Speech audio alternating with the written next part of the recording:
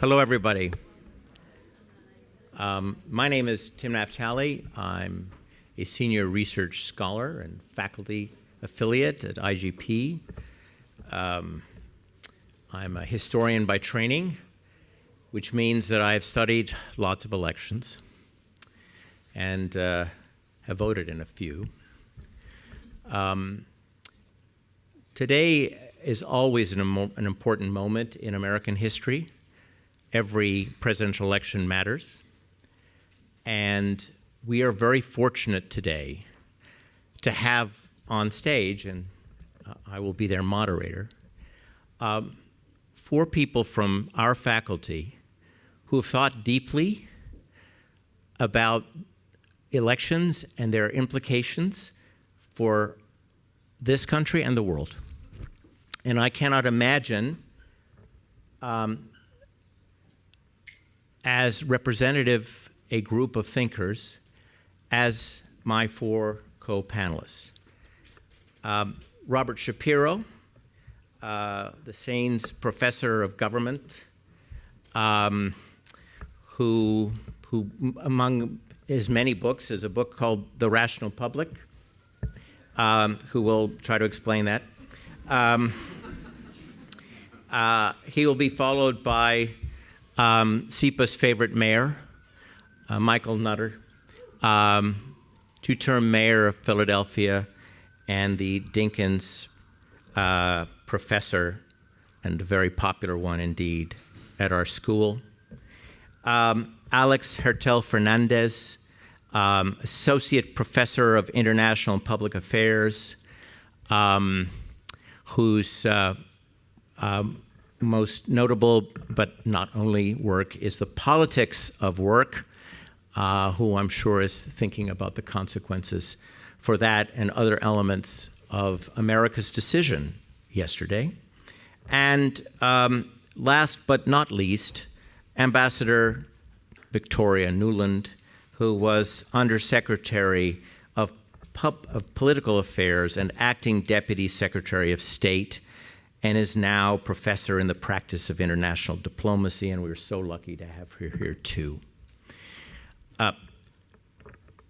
This is a conversation among professionals who generally take a long time to think about the consequences of events.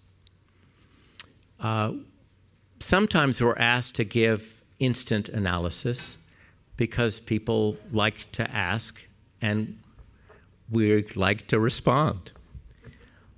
But I hope you will appreciate that for each of us, thinking about the long-term consequences of an event that is so fresh may be a challenge.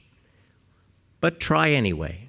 So we're going to talk for about 40 minutes, and then we're going to open it up to your questions. And we will do our very best. But keep in mind that regardless of what one thinks about what just occurred, we are all processing the implications. And it takes time to figure out the meaning of events. I'm a historian. My people are still debating the American Revolution and Reconstruction. So with no further ado, let's get to our conversation.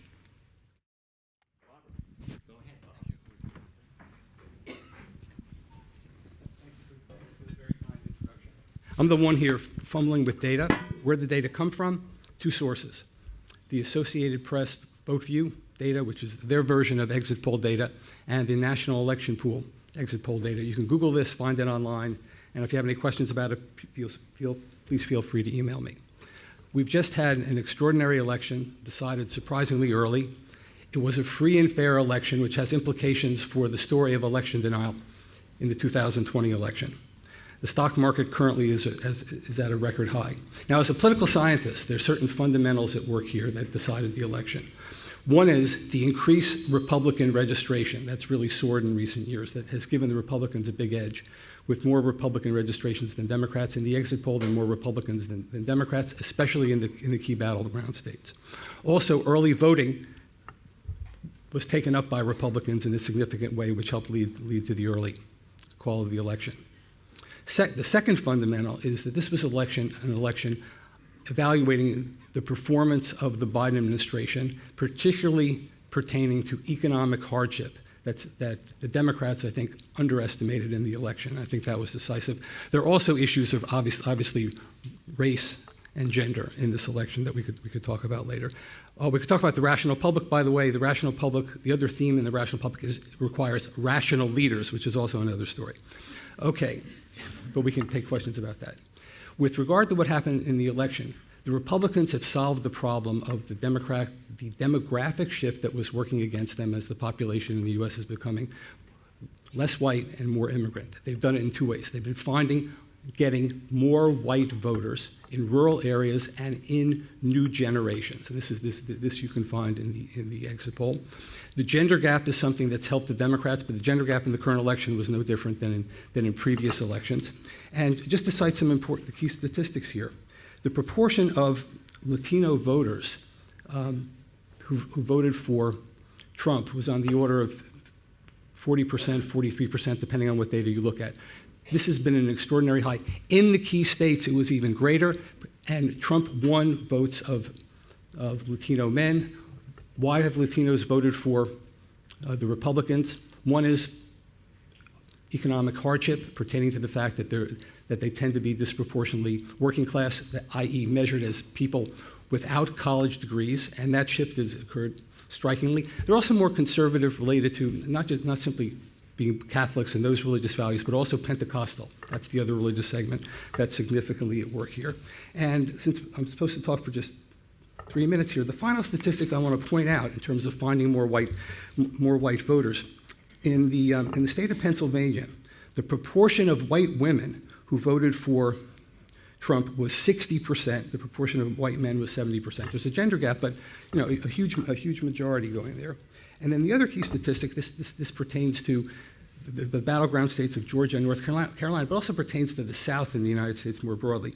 The proportion of white voters who voted for Trump was 71% in states with still majority white voters. In Georgia, the 42% of Latino voters voted for Trump, and then among blacks it was 86% and 12%, which actually represents an increase in support of Trump among blacks, just slightly, because blacks typically vote 90% or more for Republicans. So this kind of gives you a sense of the demographics at work and how the Republicans have solved the problem. Thank you. Yeah, I think. Yeah, no, I wasn't planning to. But Bob, that last stat that you had about African Americans, did you mean Democrats? Yes. You said Republicans. Do you want to? Here. Yeah. No, African Americans have typically voted 90% or better for Democrats. It's been under that, and more so among African American men than among women. Thanks. So I guess a couple things, and Tim, thank you for the introduction. Just as a little bit of a baseline for me, so I registered to vote as a Democrat when I was 18 years old. I've been a Democratic official for 22 and a half years, 14 and a half as a member of Philadelphia City Council, 8 as the mayor, and I'm very active in Democratic politics. So I just want to kind of lay that out so you at least know who I am and kind of my focus. As was said, free and fair election. I don't think there'll be any big disputes about this one, so maybe we'll turn that particular page in terms of credibility of our election process, which I'd like to remind folks, elections are actually run by local neighborhood people. The federal government has virtually nothing to do with national elections, even presidential election. It's your friends and neighbors down the street who actually run elections all across the United States of America. I was surprised at how early things were called. If we go back to 2020, I was here. It wasn't until Saturday after the election, actually when the vote was counted in Philadelphia, that the election was called. So this is, I mean, I think we've learned a lot since 2020, just in terms of the infrastructure of getting the vote counted, getting it in. I think early voting obviously helps as well. Just as a tactician in the business, certainly surprised by Pennsylvania. We lost Pennsylvania as Democrats in 2016, won in 2020, lost again. And Donald Trump was able to, if I'm remembering this correctly, Pennsylvania went Republican by 44,000 votes in 2016, flipped back to Democrat by 81,000 votes, and apparently yesterday, 170,000 vote gap between the Democrat and the Republican. So we are historically purple state, but the election operation went well. I don't have any particular reports of any big issues all across the Commonwealth of Pennsylvania. I think to Bob's point earlier, there has been a growing concern in Philadelphia in particular of the impact of African American voters, both as a percentage of the vote in Pennsylvania, but also turnout. I think a little over 600,000 people voted yesterday in Philadelphia. I think our total registration is near 1 million. And so there continues to be concern about what voters are turning out, why they're turning out, or in the alternative, of course, why they're not. And that is, I think, a particular issue for the Democratic Party to really try to come to grips with. But, you know, public has spoken, some more votes to be counted, but that's our system, that's our process, and, you know, we just keep it moving. Thank you, Mayor. Alex? Thanks, Tim. And I have to say, I'm grateful to be here, in part because it's offered me a chance, as Tim alluded to pull together some of my thoughts and reflections and think about what our academic theories and past historical experience can offer to understanding the current moment. And so I thought I'd share a little bit about two different perspectives that one could bring to this election that I think are both equally valid and yet offer different insights into the health of U.S. democracy and U.S. politics and policy, and then give you three open questions that I'm puzzling over that I think, you know, folks at an academic institution like SIPA and you all are well positioned to think through and will be really important to determining the course of U.S. politics. So starting with these two different perspectives on the election. On the one hand, you could think of this as a historically unprecedented election, one where you had a Democratic nominee who then stepped down in the middle of the campaign, was replaced by their vice president, and the vice president had to stand up a new campaign in just a matter of months. And on the other side, you had a nominee who had been impeached not once but twice for helping to incite a violent insurrection against the U.S. Capitol that threatened the peaceful transfer of power, whose longest-serving staff called him a fascist, and who's been accused of all sorts of other anti-democratic and authoritarian tendencies during his first term in office. Those are all things that would make this election really unprecedented and hard to understand. But on the other hand, as Bob alluded to, there's another way of thinking about this election, which is you had a historically unpopular presidential administration and an incumbent from that administration running on the mantle, like it, whether she was able to shed it or not, of that administration. And in fact, if you were to put up a scatter plot of presidential administration approval going back to the 1950s and presidential vote share, this election would line up basically on the trend line, as predicted by the level of approval or disapproval of the Biden-Harris administration.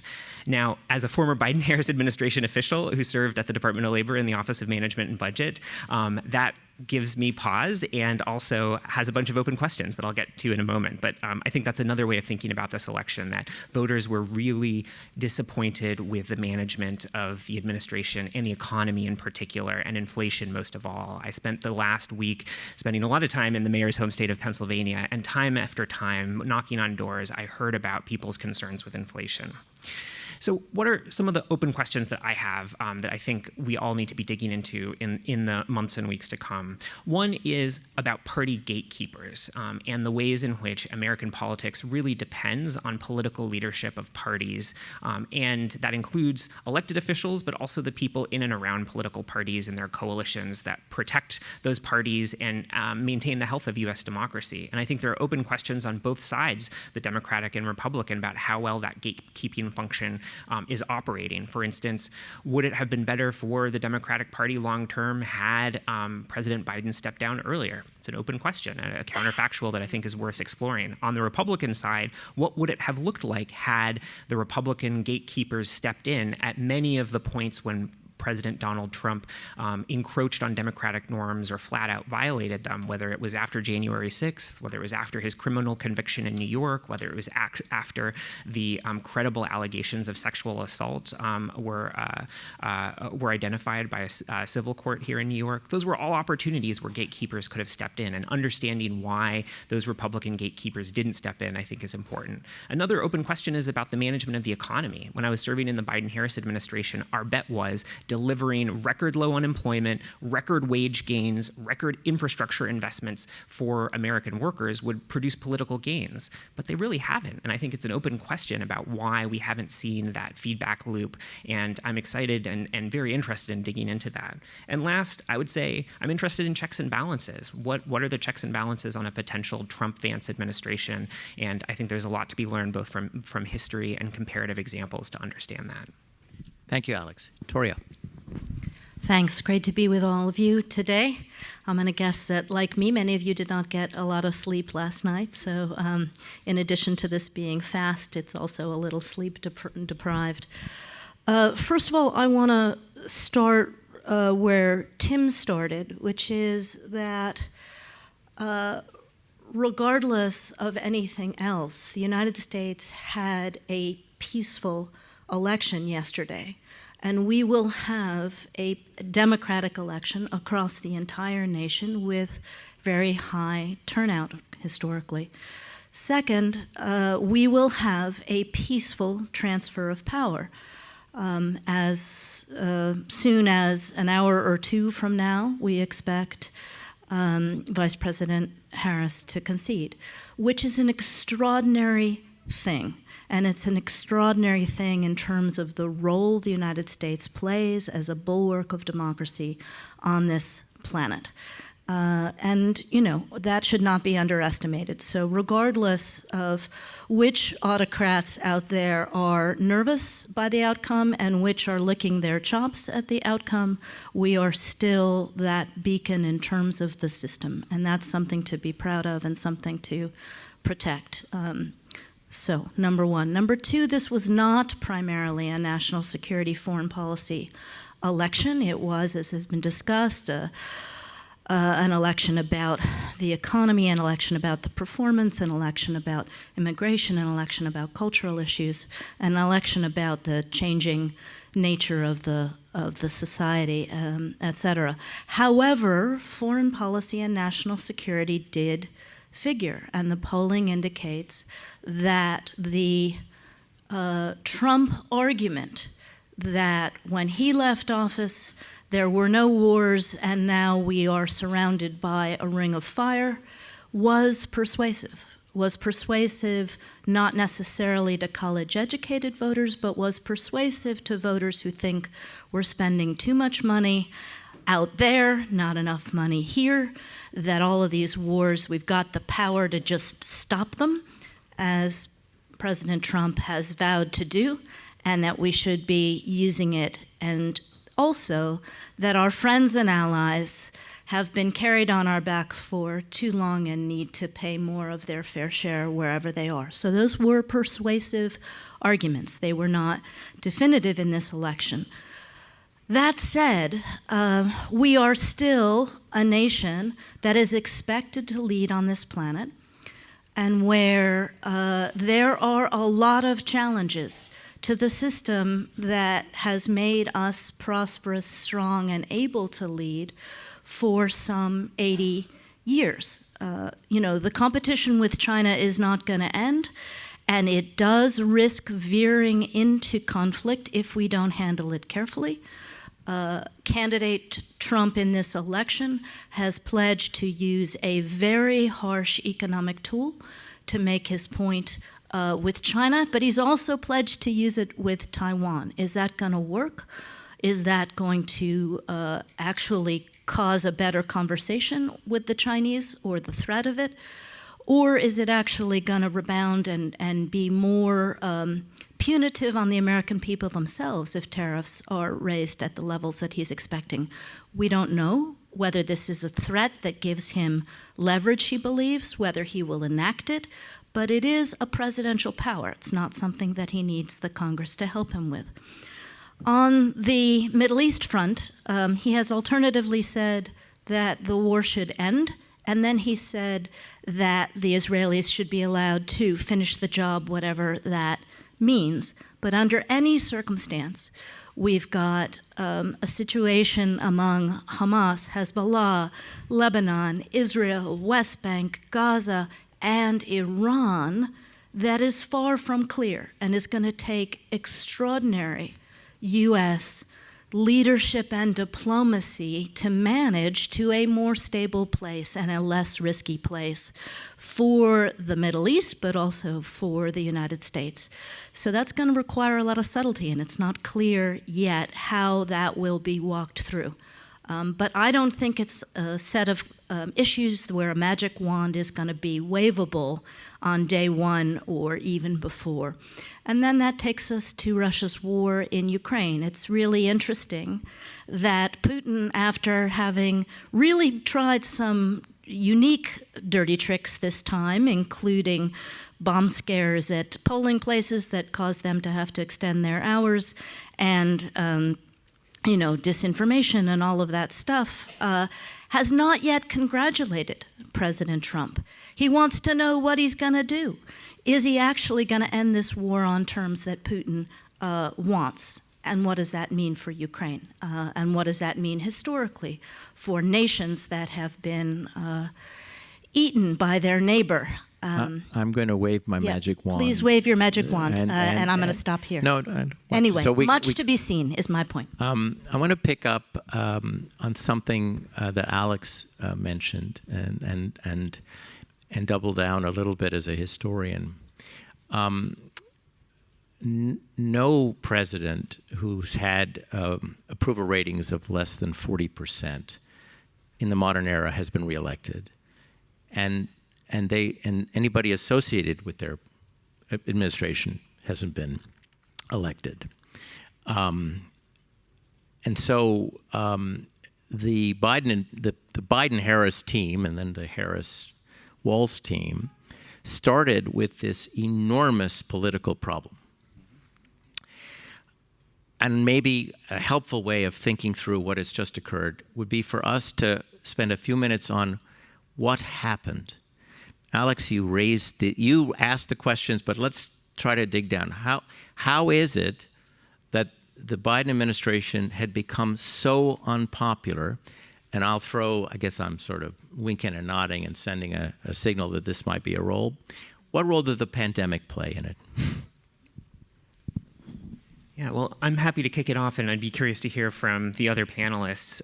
Like I said, working in the Biden-Harris administration, we were deeply committed to fostering not just a recovery from the pandemic and the associated recession, but an equitable recovery, one that centered folks who had been far too long marginalized from the labor market, workers of color, workers with disabilities, female workers, workers with care responsibilities. And we did that. We saw historic declines in unemployment, a really tight labor market, strong wage gains, and then on top of that, delivered infrastructure investments once in a generation that would create new jobs across the country, disproportionately in redder areas for a lot of the workers who fall in Trump's base. And yet, we aren't seeing those political effects. And so why is that? Like I said, it's an open question, but I have a couple hypotheses. One is inflation beats everything else. That the recency of those price increases that people saw at the stores, even if they were offset by wage gains, were still so salient that they trumped all of the other benefits that people saw. And closely related, many other costs associated with raising a family, whether it's childcare, education, or healthcare, have also been going up. Second is the media. There's been some interesting research pointing to the media having a disproportionately dour outlook on the economy, even when there were these immense economic gains happening. And I wonder how much of that played into voters' perceptions of the economy. Third is a lot of the impact of the biggest investments that the Biden-Harris administration is making are going to take time to register, years, if not decades. And closely related, many of them are being delivered through the private sector. I had the chance to talk to workers who were benefiting from projects that were funded by Biden-Harris infrastructure dollars, and in many cases benefiting from labor standards that we fought so hard for. And in some cases, they didn't know they were working on Biden-Harris infrastructure projects because they were hired by a company that was receiving funds, but they didn't know where the funds were coming from. So to use a political science concept called the submerged state, I think a lot of folks just didn't realize that these benefits were attributable to the hard work of folks in the administration. So those are a couple of the hypotheses that I'm working through, but curious what other folks think. Bob, do you have some? Well, I would simply add that the effects of the pandemic are still here. People are still a little bit in shell shock from what happened, and it had repercussions on the economy. It had repercussions on schooling for children, and the like. And we're seeing some remnant of that today. Michael, Fully agree. I mean, it seems like a long time ago. When President Biden and Vice President Harris came in office in January of 2021. We were not here. Literally. We were still in Zoom. We didn't come back until the spring. Until the fall of 21. And so I think that in many instances, there is still trauma from the pandemic. Prices also went up, and people couldn't work. Never really came down. We do notice when prices go up, we hardly blink when they come down. The price of gas is significantly down. I have a car. And so infrastructure dollars, much of what Alex was just talking about, cities are still, in many instances, still trying to figure out how to spend those dollars. I said in my class earlier today, someone somewhere is benefiting from these dollars. Somebody somewhere, their student debt was canceled. I never met one of those folks, but they have to be out there. All of this money is flowing around. And again, and we saw this also to some extent in the Obama administration during the Great Recession, where folks had no idea that $887 billion were being spent and on all kinds of projects. Somebody is working on a road today that was funded by the infrastructure bill, but they just don't know it. Are we learning something about changes in mobilizing political behavior? Are we witnessing, with the change in technology, are we seeing some, because you mentioned, Mayor, that the turnout wasn't, is an issue in Philadelphia. But again, it's early, and we had decent turnout, but obviously we needed more. But we saw, I believe that, at least I looked this morning, that there were gains in rural areas for Trump. Yeah. And he had did he have a turnout machine other than Elon Musk? So are we learning something about changes in the nature of mobilizing people that are somehow linked to changes in technology? Well, I'm certainly no technologist, but it is almost impossible to escape elected officials these days and people who are running for office. And certainly, I don't know how much the Trump campaign spent. The Harris campaign spent upwards of $1 billion on this election. They're on your phone, they're on your computer, everywhere you go. They're in the robocalls and the texts, et cetera, et cetera. On the other hand, there are a bunch of folks who I think just kind of tuned out. Like, does this really matter? Why should I be bothered? We have probably somewhere between 55, 60% turnout. Pretty decent in the city, but Donald Trump got 20% of the vote in Philadelphia. It's astounding. We don't, the electorate is not, the Republican Party is not 20% of registrations. And so those other votes had to come from the Democratic side. So there is something going on, but it's also about message. Yeah, well, in my view, the reason for the continued record high voter turnout in this election will be comparable to 2020, is that we have polarized politics where the parties differ on everything. We have increasingly close elections, as we've seen, for control of the presidency in the House and the Senate. Currently, by the way, we haven't mentioned that the Republicans will control the Senate. The House is up in the air. The stakes involved in who wins the House is extraordinary with regard to the separation of power system. And with regard to, just pick up on the peaceful transition, think of this. On January 6th, it will be the current vice president who presides over the official election of the President of the United States. She'll be playing the role of Mike Pence, and this will go smoothly. Right. Well, if you want one more irony, January 20th is also Martin Luther King Day. Yes. That one of the sour responsibilities of vice presidents in history has been presiding over the election of the person they ran against. Richard Nixon had that problem, and Al Gore faced that challenge too. So it won't be, Kamala Harris will not be the first. Before we move to questions, let's talk a little bit about institutions and guardrails and restraints, and how we think about our separation of government system reacting to a mandate for dramatic change. Well, I'm happy to kick things off and give you some reasons to think that there are institutions that could check a Trump-Vance administration and other ways in which they're going to be much less constrained than the Trump-Pence administration was. In the column of more constraints, I would add there are more states under Democratic trifecta control now than there were coming out of 2016, and likely to be more as we get the election results in the coming days and weeks. And we're likely to see those blue states, of which New York is one of them, I think much more aggressively using their institutional power to push back against a Trump-Vance administration.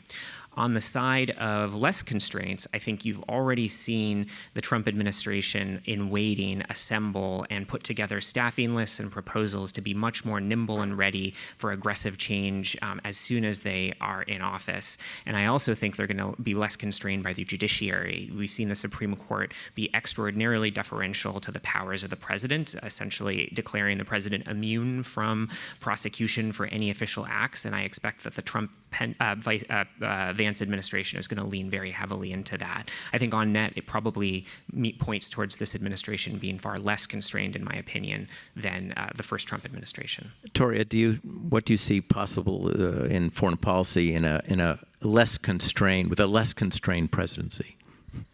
You know, I think it's going to depend a lot on the final tally in the House, which coming in here was looking very much like it will probably also be Republican-controlled. So that would be a clean sweep.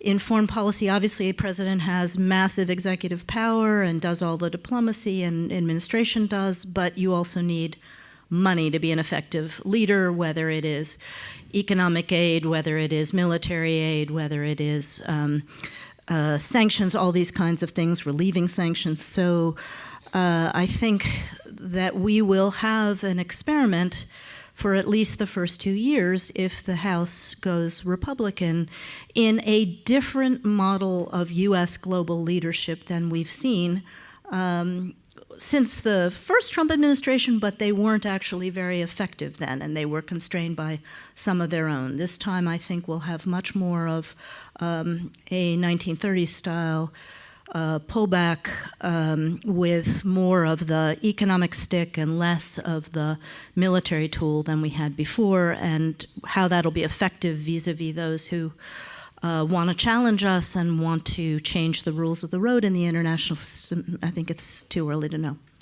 One of the privileges of being moderators, you can ask something that's on your mind, and I'd like to ask you all, because I suspect many in the room will want to know this answer too. given the way people voted, we Americans voted yesterday, what is the outlook for reproductive rights in the United States? Yeah, Yeah, I admit that I know there were a number of measures yesterday. I think I saw a headline that indicated that most of them passed. We've heard Donald Trump, at least at the one debate, try to navigate the, I'm not doing a national ban, but it should go back to the states. Everybody wanted it. It's kind of, I'll just keep moving. And so now the states are taking action, and we'll have a hodgepodge of different rules depending on where you decide to live. If, as Tori laid out, I mean, if it is the clean sweep, all bets may be off on that, and given the Supreme Court's action in Roe v. Wade.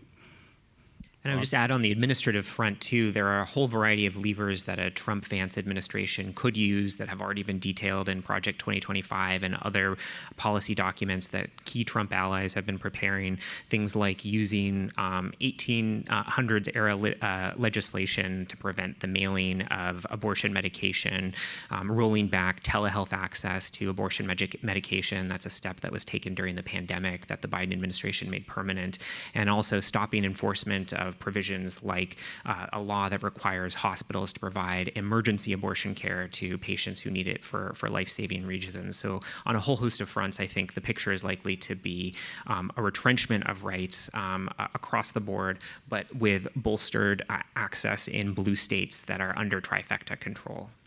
Did you want to say something? Yeah, I just want to remind everybody that Trump's credibility has often been in doubt, and he said he will not support national legislation to restrict abortion, but don't hold your breath.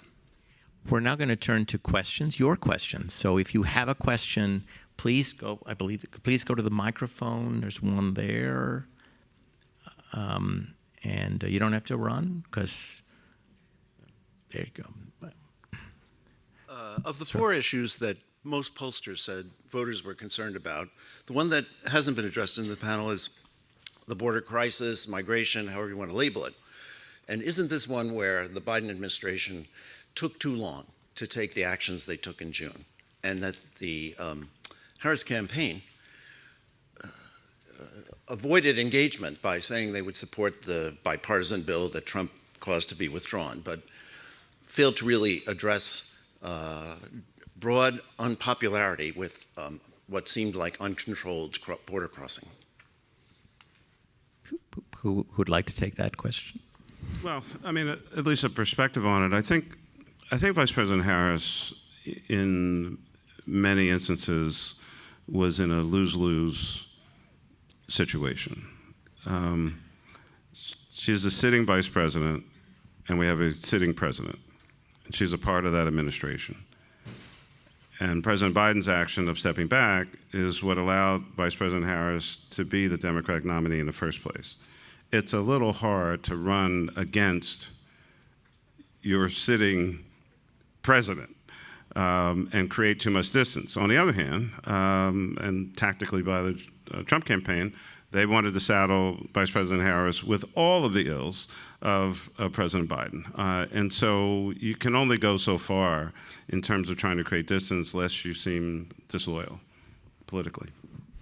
Maybe the one other thing to mention, and Bob would be best positioned, I think, to weigh in on this, is we know from lots of polling data in the past that opinion on immigration is thermostatic. And during the Trump administration, we saw a big increase in liberal attitudes towards immigration. And so the Biden administration, by adopting a generally more favorable policy stance towards immigration, really prompted a backlash to that in the public. And so they were fighting an uphill battle right from the start. And one, Mayor, that I think you're right to note the vice president's difficulties in handling. Did you want to say?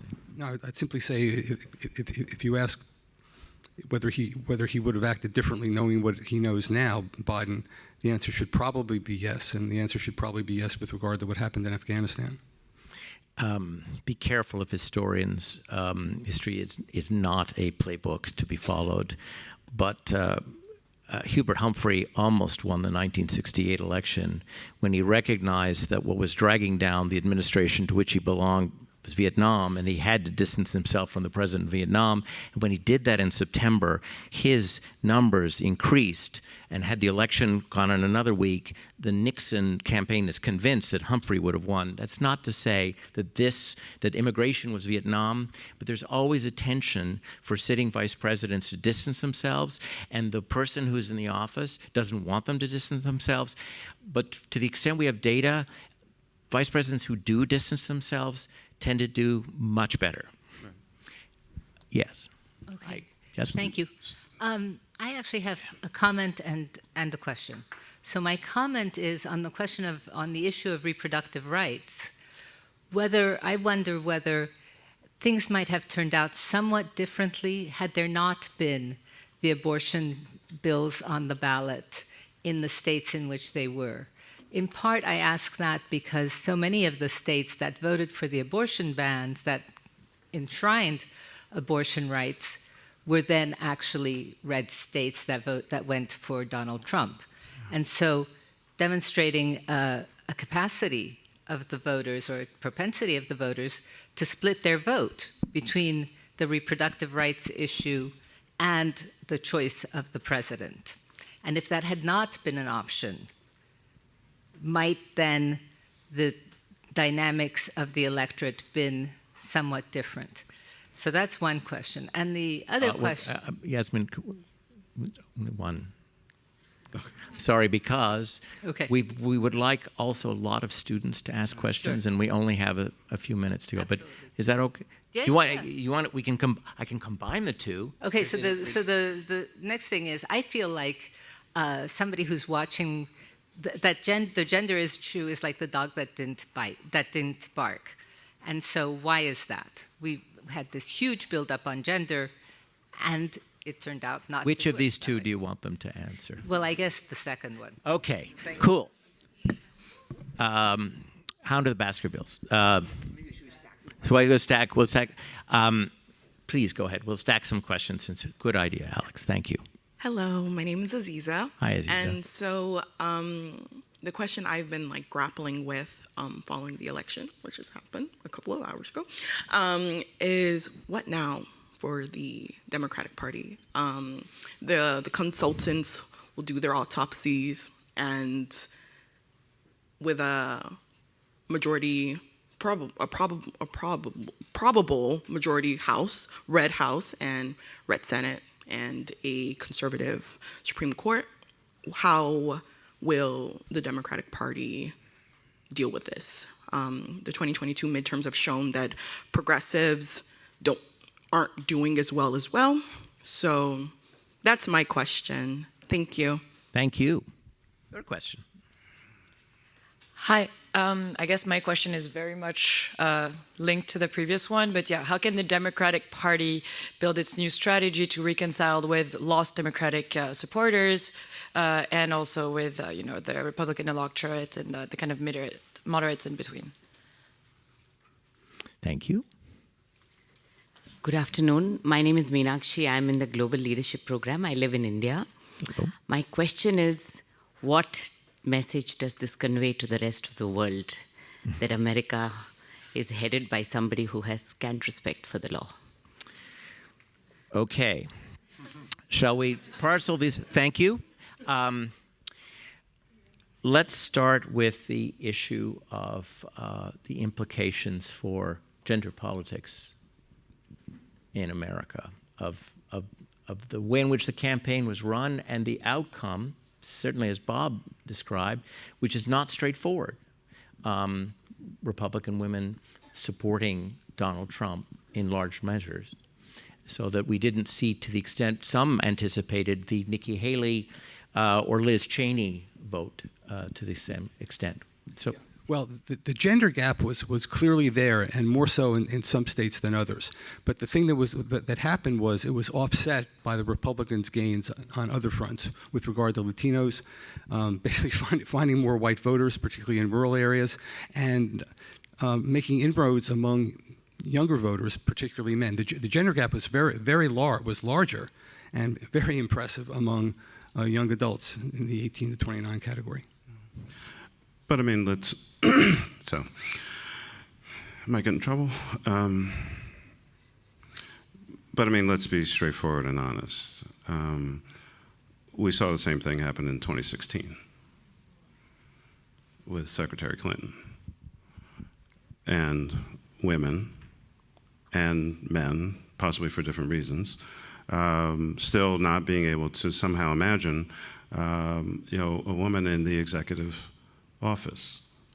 We cannot escape the reality of both the misogyny and the racism that go with those two candidates. I mean, if we're going to be serious in our conversation. And I'm going to go way back to Yasmin's a little bit, which is we would probably be having a lot less conversation about the issue of abortion had we done some, I'm a Democrat, had Hillary Clinton been elected president, who I think would not have nominated 3 Supreme Court justices who would lie at their confirmation hearing about the issue of abortion, and then subsequently vote in a different manner when the issue came before them. So I say to, especially to our students, elections have consequences, and sometimes you don't see those consequences for years.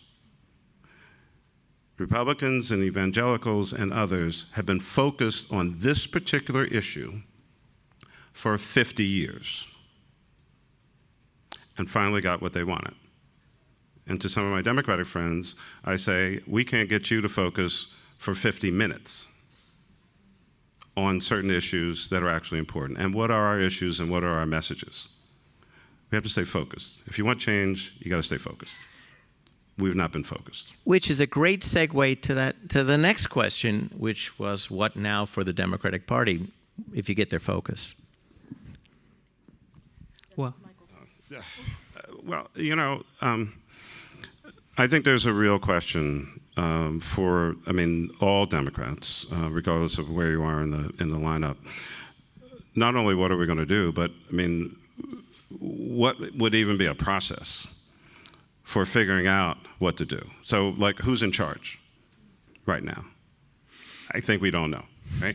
And what is our message? Well, we're not great on that. And quite frankly, we're not really great on postmortem analysis, to be brutally honest about it. And so I think that remains to be seen. And are we going to have the hard conversations that really need to take place? And then what? Because I assume we're going to put somebody up in 2028. We can't wait until 27 to figure stuff out. And Democrats will have to have a message in 26. They need a message next week. Yeah, maybe one other thing to add is after 2016, there was just an immense amount of investment in soul searching, particularly among those of us who work in the economic policy world, to think about a new kind of paradigm for how democratic administrations should approach policymaking. I see Professor Stiglitz in here, who I know has contributed to this as well. You know, you think about think tanks like the Roosevelt Institute or the Washington Center for Equitable Growth, and a lot of that informed the staffing and planning of the Biden-Harris administration. But now we're seeing that although that kind of paradigm that was rooted in industrial policy, promoting unions and organizing opportunities for workers, and thinking about supporting a green transition for the economy, even though that yielded immense economic gains, we aren't seeing the political gains. So I think the open question going forward that I alluded to in my opening remarks is, how do we think about a paradigm for economic policy making that can deliver those kinds of egalitarian economic gains, but can also create a vibrant political movement as well? And it's an open question. What is the message to the rest of the world of what happened yesterday, Toria? Sorry to make you queen of foreign policy. Yeah, right. But you're very good at it. I want to start where I started before, which is that we had a free, fair, peaceful election. Trump won not only the Electoral College, he won the popular vote. And we as a nation need to allow him and those who were elected in both parties to govern now. And they have certain theories that are different than the prevailing theories of the last 4 years, and we have to see how that plays out. That said, I think we were already, during the Biden period, because of the previous period, more humble about the perfectibility of our own democracy. And we were more humble out there in the world, that this is a constant effort and a constant struggle. I do think that one of the pieces of check and balance that needs to be watched extremely carefully because of some of the rhetoric during the campaign goes to the issue of whether we are going to live our founding principles and live our creed of respect for individual human rights and the opportunities for all, and whether we are going to use our military abroad and not at home, whether we are going to allow the courts to function in an impartial, fair, and balanced way. And it is very important that the President of the United States, no matter what party, live up to those fundamental things, and if not, the American people have to make their voices heard, as do their elected representatives. Otherwise, we will further erode our moral authority out there in the world. If there are no further questions, I would ask our panelists to give us a few closing thoughts, and I'll start from the end and come towards me. So, Michael, please. Yeah, the voters have spoken. That doesn't mean you don't still have a voice. We live here. I'm not planning to go anywhere. We've come through tough and difficult times in this country from its founding. And I think it's incumbent upon all of us to maintain a sense of optimism, a sense of hope, and a sense of focus and commitment.